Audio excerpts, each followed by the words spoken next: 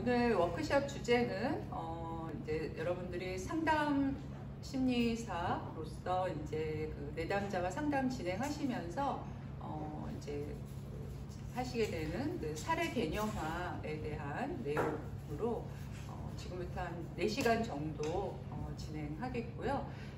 일단은 이제 전반적인 그 개념과 내용을 살펴본 다음에 이제 실제 사례를 가지고 한번 어떻게 사례 개념화가 이제 작성될 수 있는지 예를 살펴보는 것으로 이제 내용을 진행하겠습니다. 그래서 이게 이제 저희가 나눠드린 자료가 이제 저희 전반적인 전체 그 강의 교환하고요. 그다음에 그 논문을 하나 따로 이제 전달해 드렸는데요. 이게 조금 오래된 이제 작성되기는 좀 한참 전에 쓰여진 논문인데 나름 이제 그 사례 개념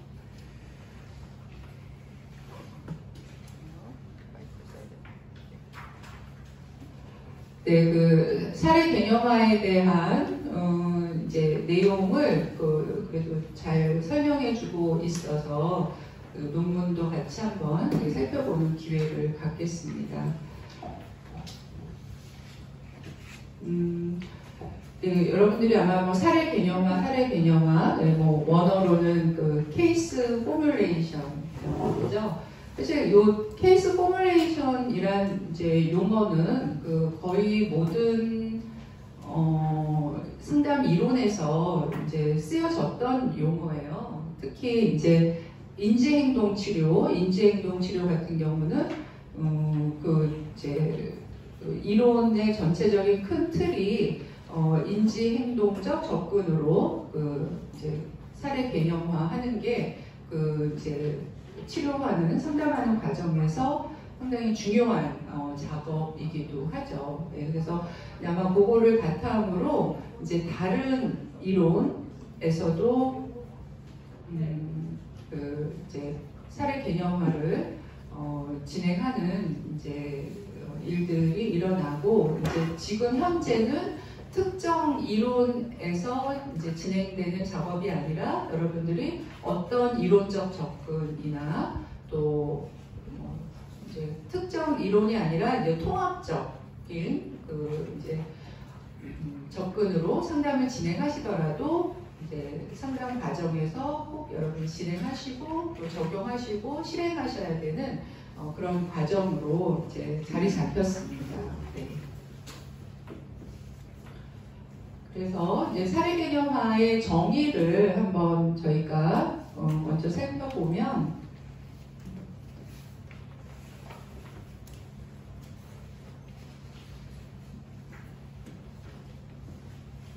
네, 요 정의 부분 살펴보면 내담자에 대한 정보를 모아서 조직화하고 내담자의 상황과 부적응 패턴을 이해하고 설명하며 상담을 안내하고 초점을 맞추고 도전과 장애를 예상하고 또 성공적인 종결을 준비하기 위한 방법 및 임상적 전략이다. 네.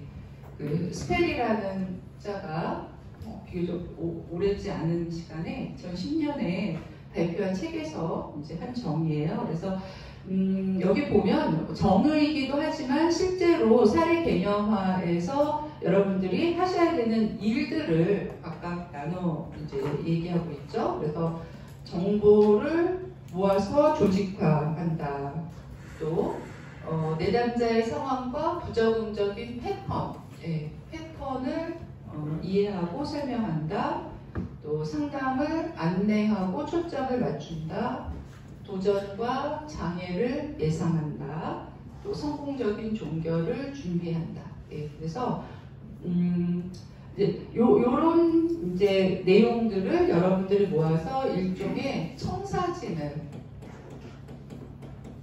청사진이라고 하면은 우리가 이제 집을 지을 때 그 요즘이 왜 이렇게 집 짓는 것에 대한 관심이 막 한참 이렇게 고조화되어 있잖아요. 그래서 저도 어제 어디 가평에 굉장히 잘 지었다는 집을 한번 구경하고 왔는데 근데 그 부분 얘기가 집을 지으려면 제일 중요한 게 설계라고 그러시더라고요. 그러니까 설계를 잘 해놓으면 이제 그 뒤에 이제 집 짓는 것도 수월하고 또 이제 나중에 다 지어서 이제 실패할 염려도 적고 그래서 그 설계를 굉장히 강조하셨는데 사실 이 청사진이라는 거는 설계도죠, 설계도. 그래서 다시 얘기하면 사례 개념화란 여러분들이 이제 내담자와 상담을 진행하시는 일종의 설계도, 청사진. 그러니까 거기에는 일단 우리가 집을 잘 지으려면 집을 짓는 터의 지형도 이해하고 또 그 여건 이제 상황 같은 것도 다 파악하고 환경도 파악하고 하는 것들이 다 들어가 있으니까 그 내담자에 대한 파악이나 이해 또 그리고 그걸 토대로 앞으로 어떻게 상담을 진행할 것인가에 대한 계획 또 이제 그런 과정에서 어떤 장애물이나 난관이 있을 것인가에 대한 예측 또 이제 그런 작업들이 충분히 잘 진행되면 종결은 또 어떻게 마무리될 것인가 그런 내용이 다 포함된 설계도라고 이제 보시면 돼요. 그리고 그러면 이제 여러분들이 이제 이 내담자를 만나서 이제 그 상담을 진행하면서 언제 사례 개념화를 할 것인가가 사실 중요한 이제 그 화두죠. 저도 이제 그 슈퍼비전을 진행하면서 이제 그 수련생 분들을 만나보면 그 무엇보다도 이 사례 개념화에 해당되는 내용을 지금 궁금해하시는 것을 알 수 있어요. 네. 그러니까 이제 그 내담자를 만나면 이제 그 뭐라 그러나 그러니까 그 사례 개념화에서 해야 될 일 같은 것들이 이제 먼저 궁금해지는 것. 근데 그 중에서도 제가 보면 요 부분. 이제 실제 상담을 어떤 기법으로 진행해서 어떤 전략을 써야 되는지를 제일 궁금해 하시더라고요. 근데 이제 전체 상담 과정에서 보면, 사실 요게 그 작은 부분이죠. 작은 부분이고, 또 이 앞에 내용들이 다 파악이 되어야만, 실은 이제 계획을 세울 수 있는 이제 그런 부분이기 때문에 이제 조금 이제 제가 지도하는 입장에서 그 이제 수련생 분들이 제일 궁금해하시고 또 제일 이렇게 뭔가 내담자와 상호작용해서 이제 그 부분에 대해서 이제 좀 내담자를 도와주고 싶은 그런 동기, 욕구 같은 것들이 이제 높으신 거는 충분히 알겠는데. 이제 그런 작업을 하려면 어느 정도 이제 내담자에 대한 이해나 파악이 필요하다. 이제 그게 이제 우선이다라는 생각이 들고요. 그래서 이제 실제로 제가 이제 상담도 이제 수련 또 지도를 하면서 이제 느끼기에는 뭐 그냥 이렇게 보통은 또 제일 궁금해하시는 게 몇 회기 몇 회기를 하면 되나요? 이제 이런 건데.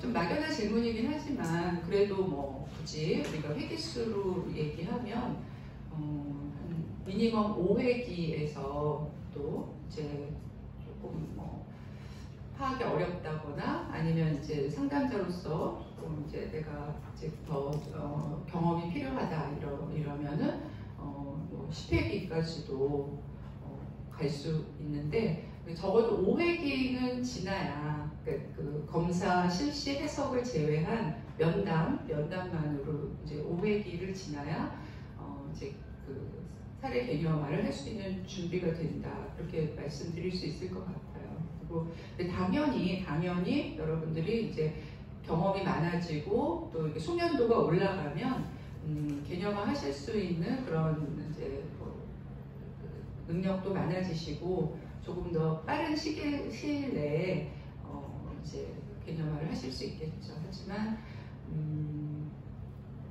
네, 그러니까 한 5회기 정도의 면담 과정을 통해서 내담자가 이제 충분히 탐색된 후에 또 이제 검사 결과와 병행해서 그때 이제 사례 개념화가 이제 진행되는 것이 좀 적절하다 그런 생각이 들어요.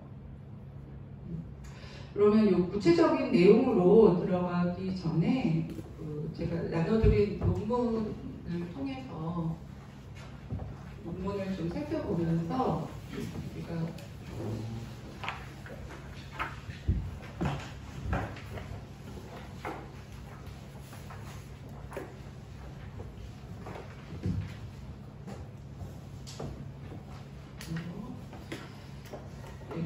구체적인 사례 개념화의 내용보다 전반적인 사례 개념화가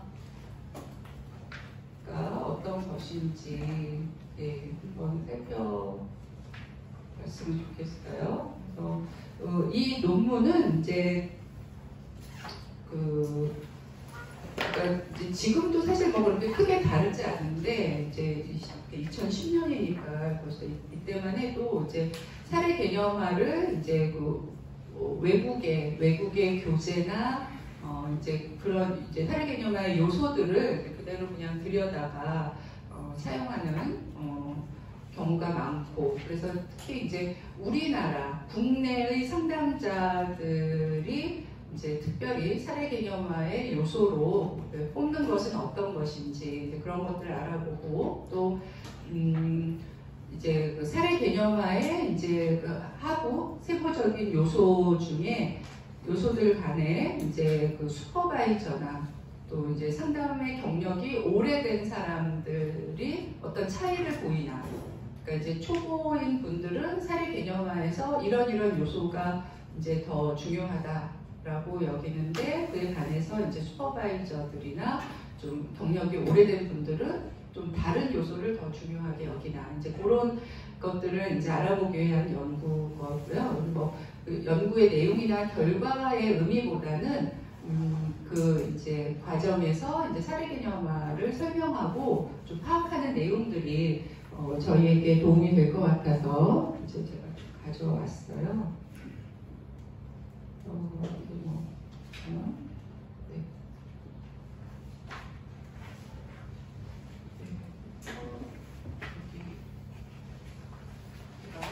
하이라이트 되어 조금 보면 아까 이제 저희가 사실 이제 정의도 살펴봤지만 여기서도 이제 정의인데요. 그래서 사례 개념화는 내담자의 심리적, 대인관계적, 행동적 문제와 장점, 또 이 문제와 관련된 원인 및 촉발 유지 요인들을 정확하게 파악하고 문제의 해결 방향과 더 나아가서 문제 해결에 필요한 전략 및 기법을 계획하는 것이다. 그러니까 저희가 좀 전에 살펴본 요소들과 또 이제 이 논문에서 이야기하는 요소들이 조금 차이가 나죠. 아까는 저희가 정보를 모아서 조직하고 패턴을 이해하고 또 상담 앞으로 이제 진행될 이제 계획을 세우고 장애물을 예상하고 이제 이런 요소들이었는데, 이제 이 논문에서는 이제 심리적, 대인관계적, 행동적 문제, 그러니까 이게 이제 문제들이죠. 문제들.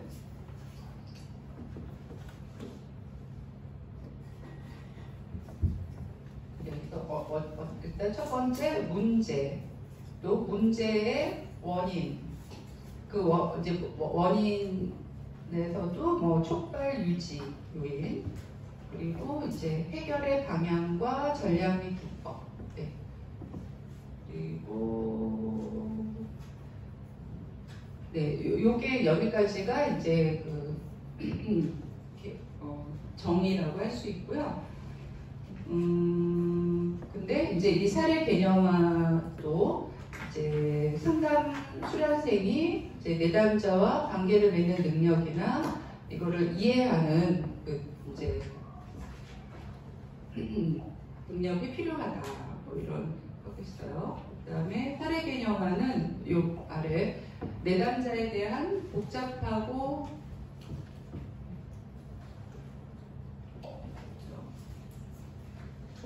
중요하고 모순된 정보들을 조직하도록, 또 내담자의 핵심 문제와 부차적인 문제를 식별하여 내담자의 핵심 문제를 더 명료하게 이해하도록 도움을 준다. 이거는 이제 이익이겠죠, 이익. 사례 개념화를 해서 얻는 이제 이익들, 또 사례 개념화는 치료를 이끄는 청사진으로서 내담자의 변화를 판단할 기준, 그러니까 그런 청사진이 있으면 지금 상담이 제대로 진행되고 있나, 아니면 산으로 가고 있나, 이런 것들을 파악을 할 수가 있어요. 또 상담자가 내담자를 더 잘 이해할 수 있게 해주는 구조로서의 기능을 한다. 어쨌든 사례 개념화는 어떤 형태의 상담 및 치료에서든 그 큰 줄기가 흔들리지 않고 안정되도록 돕는. 그리고 이제 사실 이게 좀 중요한 포인트 같아요. 사례 개념화는 상담 및 심리 치료가 보다 단기간에 효과적으로 진행하게 하는 중요한 능력이다. 그 사례 개념화가 제대로 되면 일단 제일 중요한 게 시행착오를 줄일 수가 있어요. 시행착오. 그래서 이제 그 단기간에 상담이 마무리되도록 도움을 준다는 거.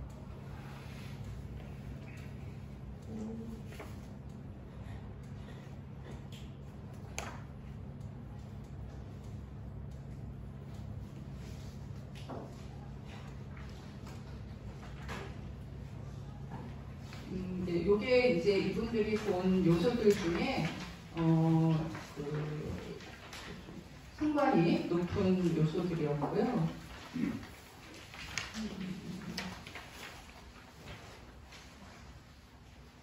네, 그래서 여기 결과의 논의에서 보면 그 이제 연구 결과 상담 경력이 올라갈수록 그 내담자의 피상적이고 현재적인 문제나 증상보다는 문제의 근원이 되는 과거, 문제의 근원이 되는 과거와 보다 핵심적인 역동에 주목하게 된다. 그러니까 초보자일수록 이 부분을 이제 더 주의를 두는데, 이제 경력이 올라갈수록 좀 근원이나 핵심적인 역동을 주목하고 이제 사례 개념화에 이걸 더 많이 활용한다는 거죠. 네, 그래서 결국 더 밀도 있고 효율적인 상담을 위해서 문제 근원과 핵심에 점점 더 이제 주목을 하게 된다. 그런 결과들.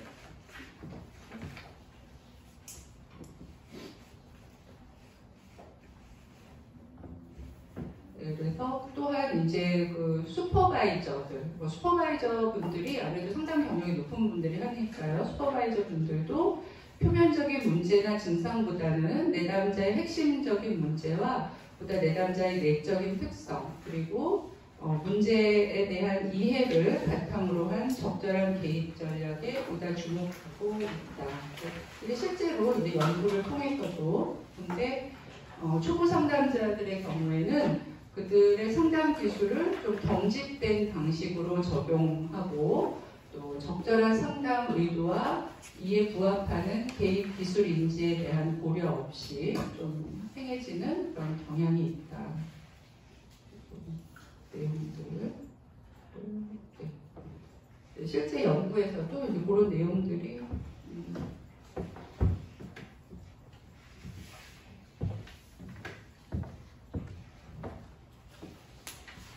그럼 이제 우리 실제 강의로 돌아와서요.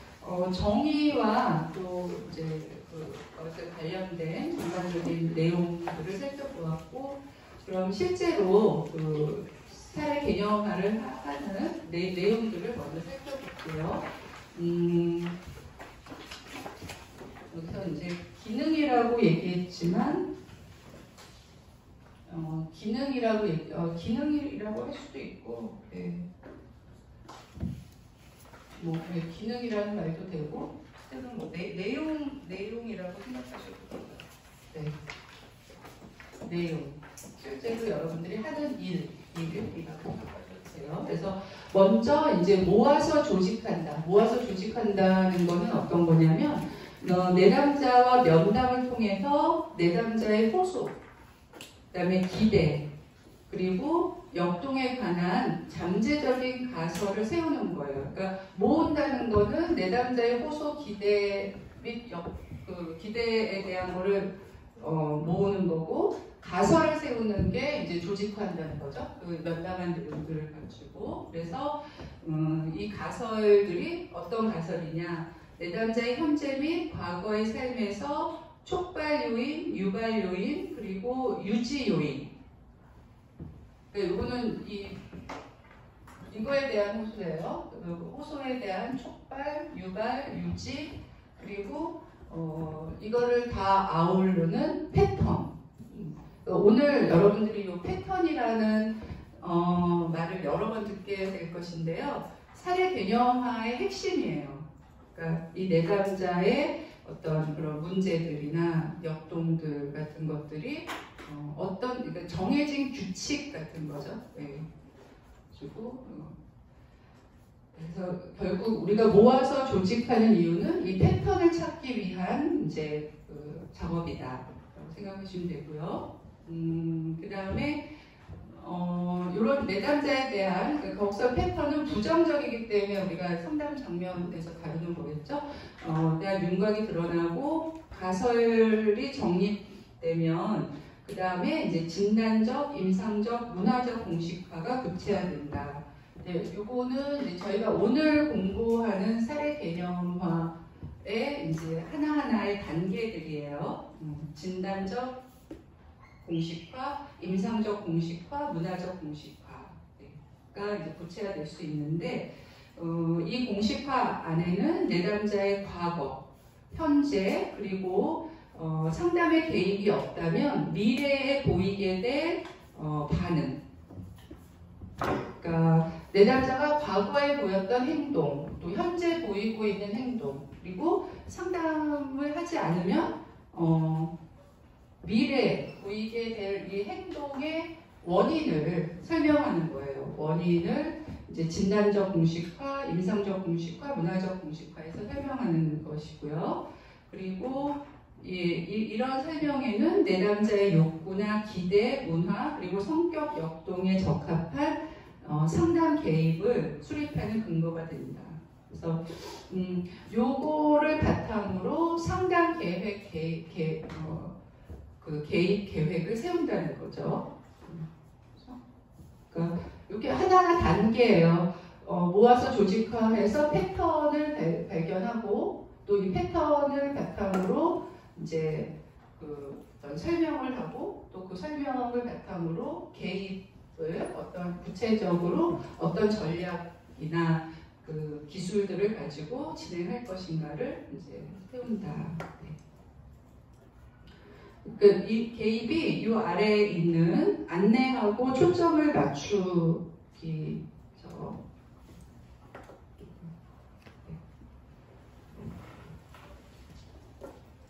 안내하고 초점을 맞추는 걸로 우리가 이제 이름은 부르지만 그것의 이름은 상담 개입 공식화. 네.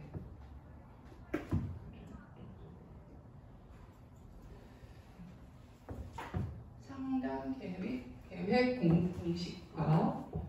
그러니까 여기가 이제 여러분들이 제일 관심 있는 게 여기예요. 그러니까 그리고 약간 오해죠, 오해. 이제 저 상담 계획 공식화가 상담이라고 이제 좀 오해를 하시고 있을 수도 있어요. 그러니까 상담은 내담자를 보자마자 내가 이렇게 쫙 파악해서 어떤 이제 여러분들이 공부하셨던 다양한 그 상담 이제 그 이론적 기법을 가지고 착착착 진행되는 것, 네, 이렇게 생각하셨을 수 있거든요. 사실 이제 그 부분이 요 상담 계획 공식화가 되는 거죠. 그래서 이제 이 상담 계획 공식화는 목표 구체화, 또 전략, 그다음에 전략의 실행 방법 같은 것들이 이제 포함이 되죠. 그리고 이제 도전과 장애 예상하기. 그래서 효과적인 사례 개념화는 상담 과정에서 있을 수 있는 장애나 도전을 얼마나 예상하느냐에 달려있다. 이제 상담 과정에 내담자가 보이는 관여의 정도, 헌신, 또 좀 너무 심하면 집착, 혹은 이제 저항이나 양가 감정, 동맹의 결렬, 전이 재현, 재발, 종결. 그러니까 우리가 이런 것들이 이제 상담의 장애물 또는 이제 상담자가 해결해야 될 도전인데 이것도 여러분들이 사례 개념화 과정 중에서 예상할 수 있다는 거죠. 그러니까 내담자의 어떤 이제 검사 결과나 과거에 보였던 행동이나 이제 호소의 양상 같은 걸 통해서 이제 예상이 가능하시고요. 그러고 나면 이제 종결을 준비하는 것. 네. 그래서 사례 개념화에는 또한 상담자의 가장 중요한 상담 목표가 성취된 때를 인식하고 언제 어떻게 종결을 준비해야 하는지 알 수 있도록 도와준다. 그러니까 여기에 이제 목표도 구체화되어 있고 도전과 양해도 예상됐으면 이런 것들이 어떤 방식으로 해결될 때 이제 그때가 종결이다라고 예상도 하고 예측도 하고 명시도 할 수 있는 것이죠. 그리고 또 이제 종결 시에 이제 겪을 수 있는 어려움도 미리 예상할 수 있죠. 그래서 의존적 이슈가 있는 내담자, 거절에 민감한 내담자 또는 버림받는 경험이 있는 내담자는 종결 과정이 이제 상당한 스트레스가 될 수 있으니까 그런 걸 또 미리 예측을 할 수 있고요.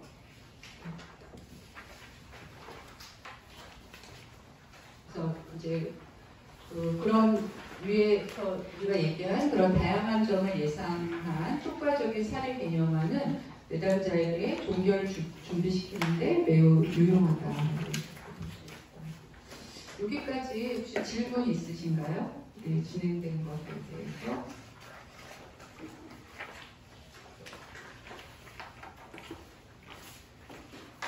교수님, 그 4번에 도전과 장애 예상하기 부분에서 네.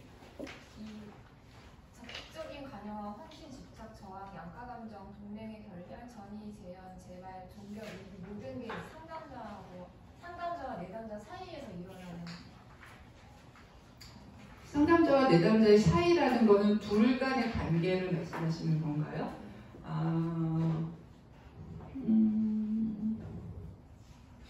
그런 것도 있고 아닌 것도 있죠. 뭐 굳이 이렇게 나눠보자면 그러니까 지금 이제 선생님이 얘기하시는 게 그 즉시성 문제. 그러니까 지금 이제 즉시성이라고 꼭 얘기할 필요는 없겠다. 그러니까 지금 현재 상담자와 내담자 간에 일어나는 뭐 감정일 수도 있지만 그냥 그 관계나 또 상담 전반에 대한 또 내담자의 이제 태도나 이제 그런 걸 수도 있으니까 지금 얘기하신 건 동맹의 결렬이나 그렇죠?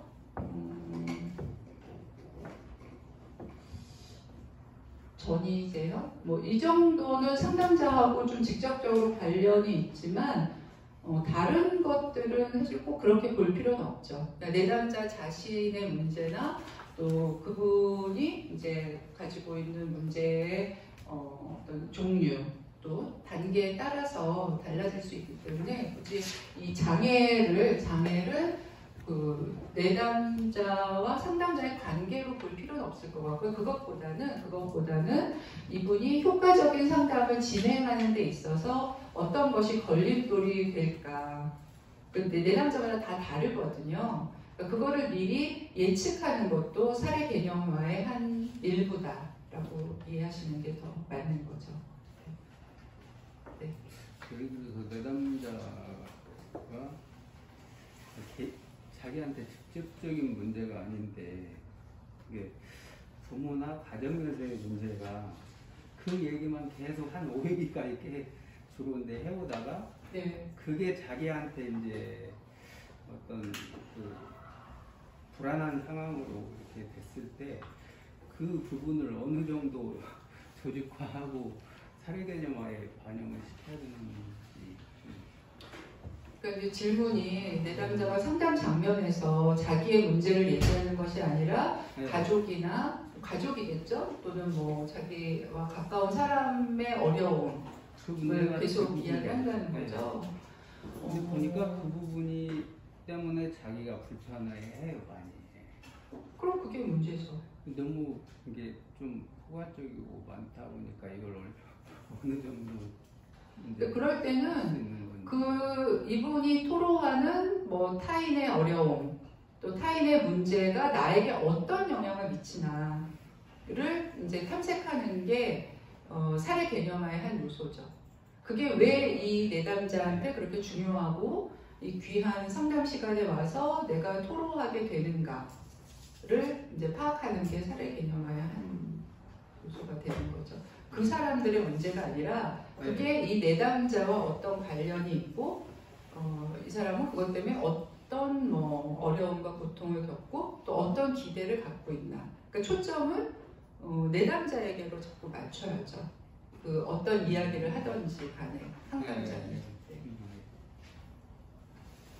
질문 있습니다. 그 3번 안내하고 초점 맞추기에서 네. 그 상담 목표 구체화 전략 이 부분이 좀 궁금한데요. 지금까지는 그 상담 목표나 합의 목표를 이제 내담자랑 서로 합의하고 더 구체화하는 과정을 가졌는데 이제 그거랑 좀 저거는 다른 얘기인 건지 궁금합니다. 다르다고 할 수도 있고 이제 비슷한 거라고 할 수 있는데요. 그러니까 이제 상담 목표는 뭐 내담자와 합의가 돼야 되지만 그 합의라는 게 그 내담자의 말만 듣고 전적으로 그걸 목표로 삼는다는 게 아니고 이제 선생님이 탐색하고 이런 사례 개념화를 거쳐서 이제 이 내담자한테 적절한 목표가 정해졌다면 이제 그걸 공유할 수도 있고 근데 사실 이제 상담 장면에서 그게 합의가 안 될 수도 있죠. 그러니까 상담자가 보는 목표는 이것인데 내담자가 원하는 것은 또 다른 것일 수도 있잖아요. 그럴 때는 좀 기다려주는 것도 될 수가 있는 거죠. 그렇게 해서 상담자가 좀 제시를 해줄 수도 있고 그럴까요? 목표를? 제시. 네. 그건 조금 다른 문제 같은데. 제시한다.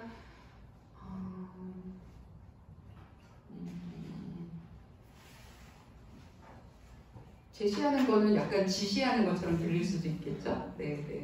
그러니까 제시라기보다는 저희가 이제 다른 상담의 기법처럼 상담자는 미리 이렇게 예측하고 청산인을 가지고 있지만 상담을 진행하는 과정에서 내담자가 스스로 본인이 이야기할 수 있도록 기다려주고 또 다양한 인식들, 그러니까 뭐 기법들 있잖아요. 뭐 공감이나 뭐 재진술이나 이제 이런 기법들을 통해서 내담자가 자신의 언어로 이야기할 수 있도록 하는 게 제일 좋겠죠. 네. 또 다른 질문이 있으신가요?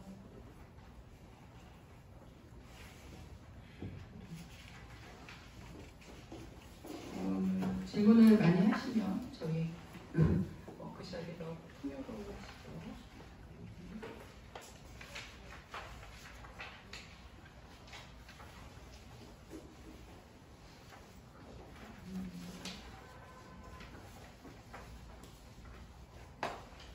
네, 그러면 저희가 그 사례 개념화 공식화의 4가지 구성 요소를 살피고 일단 쉬는 시간을 가지면 될 것 같아요. 그래서 앞에 이제 설명하면서도 이제 그 언급했었는데 그 이제 앞에 얘기한 모아서 조직화하기 또 그다음에 뭐였죠? 외울 수 있을지 알았는데 설명하기, 또 안내하고 초점 맞추기, 도전과 장애 예상하기, 동결 안내하기. 그래서 이거를 이제 다시 정리하면 4가지의 공식화로 이제 정리가 될 수 있습니다. 그러니까 앞에 이야기했던 그 작업을 이런 틀에 맞춰서 하게 된다는 거죠.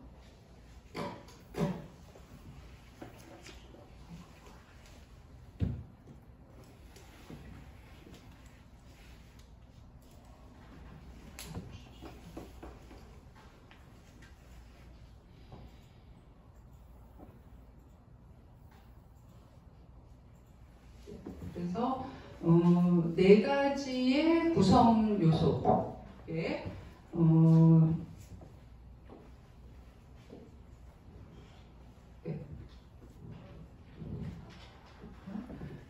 진단적 공식화, 임상적 공식화, 그다음에 문화적 공식화, 그리고 상담 계획 공식화 이렇게 네 개의 구성 요소로 나눠질 수 있어요. 그래서 각각을 하나 보면 진단적 공식화는 이제 약간 쉽게 얘기하면 DSM 진단을 내리는 거. 그러니까 이제 그 상담에 온 내담자가 이제 제일 바람직한, 그러니까 이상적인 거는 뭐 DSM-5에 있는 어떤 진단명으로 이제 우리가 이름을 붙이는 건데, 이제 그렇게 하려면 뭐가 필요하냐면은 이제 내담자의 호소 문제, 그다음에 촉발 요인, 유지 요인.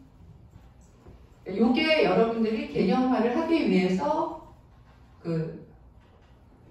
기술하셔야 되는 거예요. 호소 문제, 촉발 요인, 유지 요인. 그리고 그거를 다 통합해서 이 패턴을 이제 하는 거. 그래서 이거는 기술이에요, 기술. 무엇에 대한 질문, 이를테면 무슨 일이 일어났는가. 내담자에게 지금 현재 무슨 일이 일어났는가.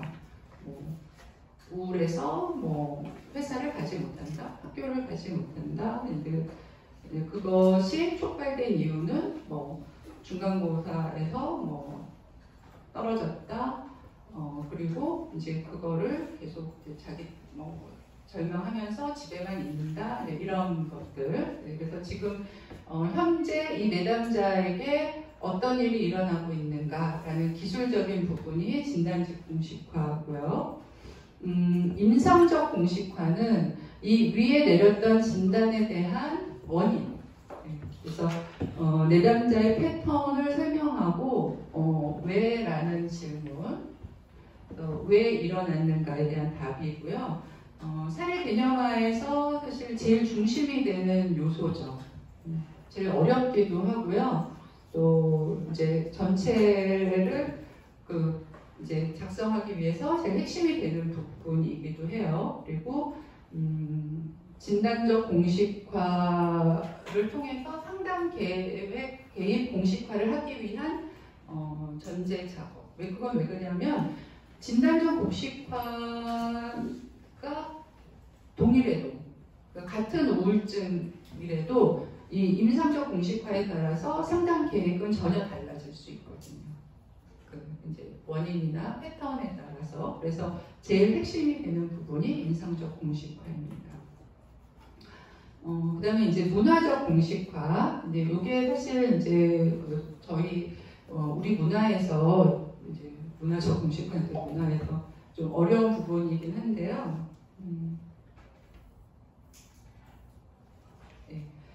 그러니까 이제 그대로 읽으면 사회 문화적 요인을 분석하고 문화가 어떤 역할을 하는가라는 질문에 대한 답이에요.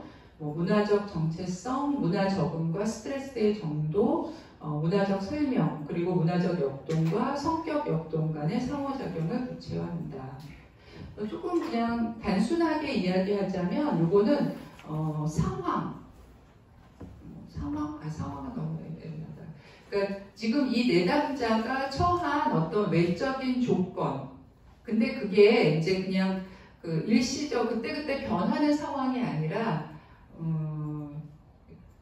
뭐랄까요? 이제 이 내담자가 좀처럼 그거를 자기가 바꿀 수 없고 이제 아주 시스템적으로 이 내담자한테 영향을 미치는. 그러니까 이제 외국 같으면 인종이라든가 이제 그런 것들이 되게 명백하죠. 이제 인종 이게 그 사람이 갖고 있는 피부색 또는 출신 때문에 겪는 문제들인데, 이제 우리 상황에서는 한부모 가정이라든가 다문화 가정이라든가 이제 그런 것도 될 수 있죠. 그러니까 이 내담자의 개인이나 이제 내적인 변인이 아니라 그 내담자가 속한 어떤 카테고리, 사회적 계층 때문에 하는 그런 것이어서 네, 그 아까 뭐 그런 얘기 아니면 뭐 동성애라든지 그런 것들 또뭐 출신 지역도 있을 수 있고요.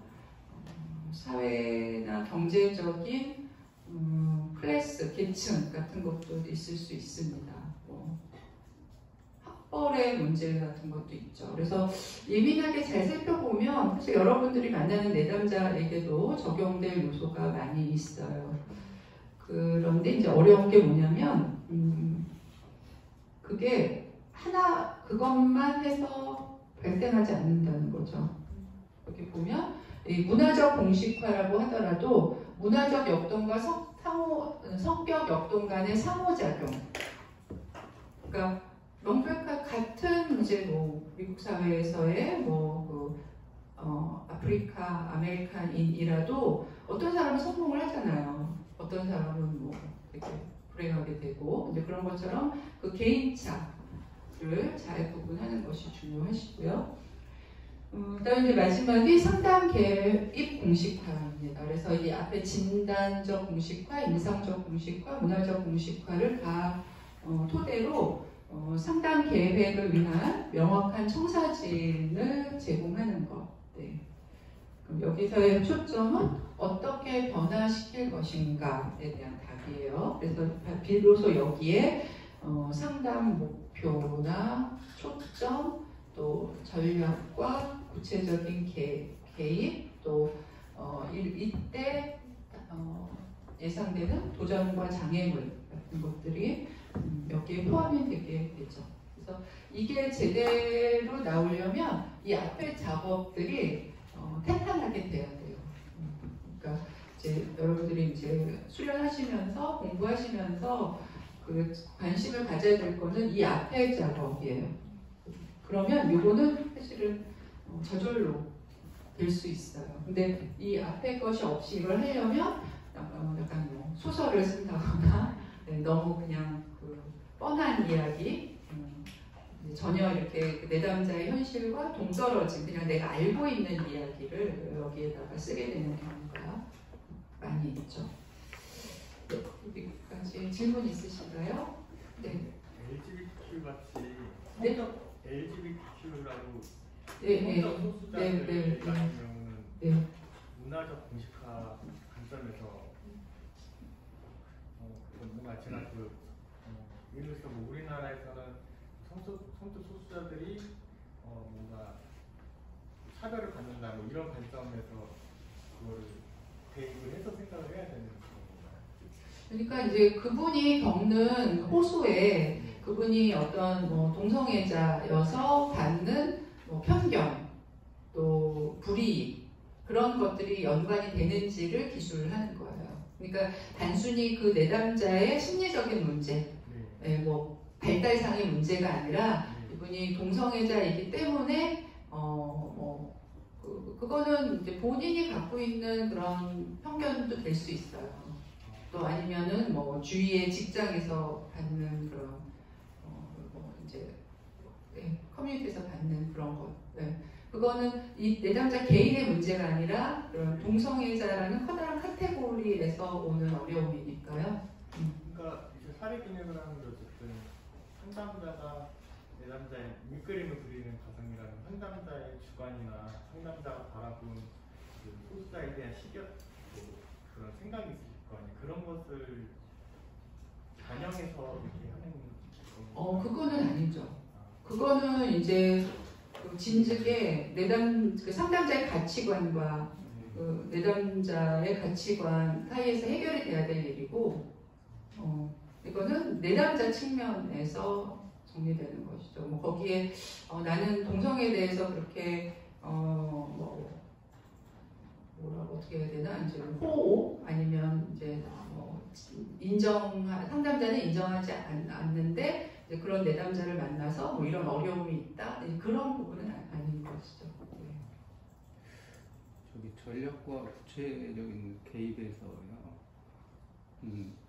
어떤 상담으로 어떤 그 예를 들어 CBT나 영상이나 이런 쪽의 어떤 프로그램을 활용할 수 있는. 네, 맞아요. 네. 저 전략과 개입에는 뭐 여러분들이 아시는 뭐 비의자 기법이라든지 뭐 명상이라든지 네, 그런 구체적인 기법들이 들어가는 것이에요. 실제 상담에서 그거를 할 수 있다는 말씀 해도 괜찮.